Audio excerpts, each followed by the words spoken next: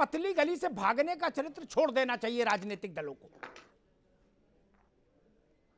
सिवाय गाल बजाने के अलावा कोई काम नहीं करना चाहते। अब वो नया तर्क लिया कि बगल में क्या होगा।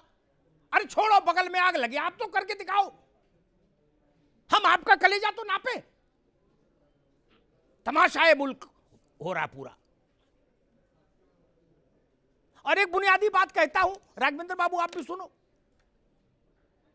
जो लोग सड़क बनाते हैं, ठेकेदार हाईवे बनाते हैं, पुल पुलिया बनाते हैं, मेडिकल कॉलेज बनाते हैं, बड़े बड़े काम करते हैं, सरकार के उसमें गाड़ी घोड़ा लगाते हैं खरीद के रेंटल पे, और जो भी सरकार के ठेकेदार हैं, किसी का पैसा 4 साल 5 साल रुकता है?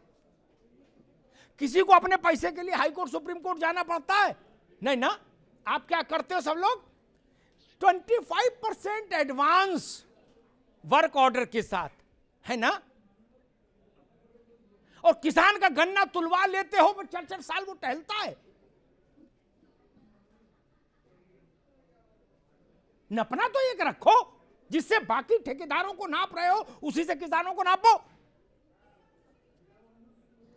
हाई कोर्ट ने कहा कि इनको जो पेंडिंग है उस पर ब्याज दीजिए। ये बच्चों को जहर दे दे, क्या करें? इसीलिए फांसी लगा लेते हैं। ये बुनियादी बात नहीं समझ में आती क्या? ये मैं नहीं मान सकता। इसके पीछे खेल दूसरा है फिर। और ये किसानों के जन्मपत्री में पता नहीं कौन सा ग्रह भारत में बैठा है, सबसे ज्यादा छल किसान के साथ।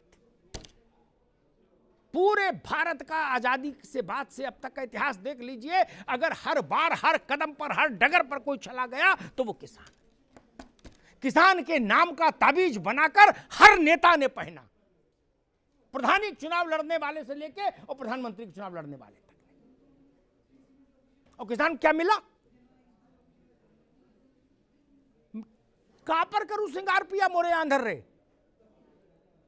त्रिपाठी जी बड़ी बड़ी बातें कह रहे थे, अभी अमित जमई भी कह रहे थे, राघवेंद्र सिंह तो सरकार में है तो कुछ बोलेंगे ही। अरे हमने तो आपका मौसम भी देखा है, हमने नारायण दत्त तिवारी की सरकार देखी, श्रीपद मिश्रा की देखी, हमने मुलायम सिंह जी के 3 बार का टेन्योर देखा, अखिलेश जी का देखा, बहन जी का देखा। कोई नए आए हैं क्या? हमने किसान के चेहरे पर मुस्कुराहट कभी नहीं देखी। और आप सब लोग कहते हो कि हम तो हनुमान चालीसा की जगह किसान चालीसा पढ़ते हैं। कैसे मान ले? कैसे मान ले? बसपा का शासन था, बुंदेलखंड के बड़े प्रतापी लोग थे, नसीमुद्दीन वहीं से थे, बाबू सिंह वहीं से थे जो सरकार चलाते थे। सबसे ज्यादा आत्महत्या बुंदेलखंड में हुई किसानों की। वो भी सब कहते थे कि हम तो तुलसी का पत्ता गंगा जल लेके हाथ में घूमते हैं किसान के नाम पे। फिर आलोक वर्मा के बिरादरी के लोग फांसी क्यों लगा लेते थे? इनके दिमाग में कमी थी इसलिए। और जाके देखिए, नौ खाओ तेरा की भूख, उस परिस्थिति में परिवार पल रहे हैं किसानों के। ईमानदारी बरतिए। मैं बताना चाहता हूं, अगर ईमानदारी किसानों को लेकर हम नहीं बरतेंगे, ये मसला ये नहीं कि आलोक वर्मा सरसब्ज होंगे कि नहीं होंगे। बुनियादी बात समझ लीजिए, कोई sector, IT sector, technology sector, फलान सेक्टर, ढिकान सेक्टर, सर्विस सेक्टर है, कोई भी सेक्टर कितना भी बूम कर जाए राघवेंद्र जी, अमित भाई, हिंदुस्तान में जब तक खेती सुधरेगी नहीं, भारत विकसित राष्ट्रों की, समृद्ध राष्ट्रों की श्रेणी में नहीं आ सकता, नहीं आ सकता, नहीं आ सकता। एक दिन नहीं, 6 दिन बहस कर लीजिए मुझसे। और सारा राघवेंद्र बाबू, सारा निफ्टी और ये सेंसेक्स, ये सब जोड़ घटाना एक तरफ, तराजू भैया। आज भी आपको मालूम है ये हकीकत, आज भी जब इतना एडवांसमेंट हो गया, जहाज फोन पे बात करने लगे लोग, इतनी तकनीक आगे आ गई, चंद्रमा पे आदमी पहुंच गया, तब भी मालूम है एक कड़वी सच्चाई भारत की। अगर भारत में मानसून का मिजाज बिगड़ जाए तो भारत के अर्थव्यवस्था का चक्का रुक जाता है और जीडीपी अनुलोम विलोम करती हुई शीर्षासन करने लगती है। आज भी आसमान से बरसने वाला पानी कम हो जाए तो 75 साल हो गए राघवेंद्र जी, गलत कह रहा हूं क्या? पानी नहीं बरसे तो हिंदुस्तान की अर्थव्यवस्था भटक जाती है, लटक जाती है, पटरी से उतर जाती है।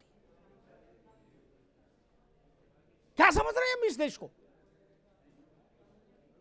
और आप लोगों से बहस करें तो सिंचाई के इतने आंकड़े आप लोग बता देंगे कि मैं ही कंफ्यूज हो जाऊंगा। मैं कहूंगा भाई मेरी जान छोड़ो। अमित जी कहेंगे कि ये इतने आंकड़े बता देंगे कि लगेगा उत्तर प्रदेश के साथ साथ इनने मध्य प्रदेश राजस्थान में भी सिंचाई की योजना लागू कर दी। त्रिपाठी जी से पूछेंगे इतना बता देंगे लगेगा पाकिस्तान बांग्लादेश तक करे आए।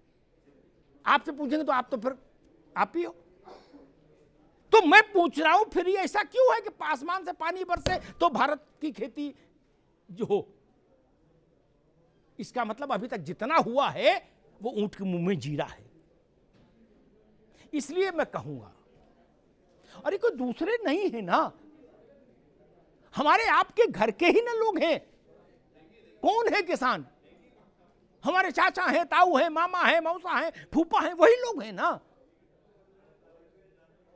और कोई भी एंगल से देख लीजिए 60-65% आबादी को बिना सरसब्ज किए हिंदुस्तान तो सरसब्ज नहीं हो सकता मित्र। चुनाव जीते जा सकते हैं, सरकारें बनाई जा सकती हैं, सरकारें गिराई जा सकती हैं, सरकारें हटाई जा सकती हैं, किसान की पीठ पर लात रख के आगे बढ़ा जा सकता है, चढ़ा जा सकता है, लेकिन हिंदुस्तान के चेहरे पर लाली तब तक नहीं आएगी जब तक खेती को लाभकारी पेशे में तब्दील नहीं करेंगे। धन्यवाद।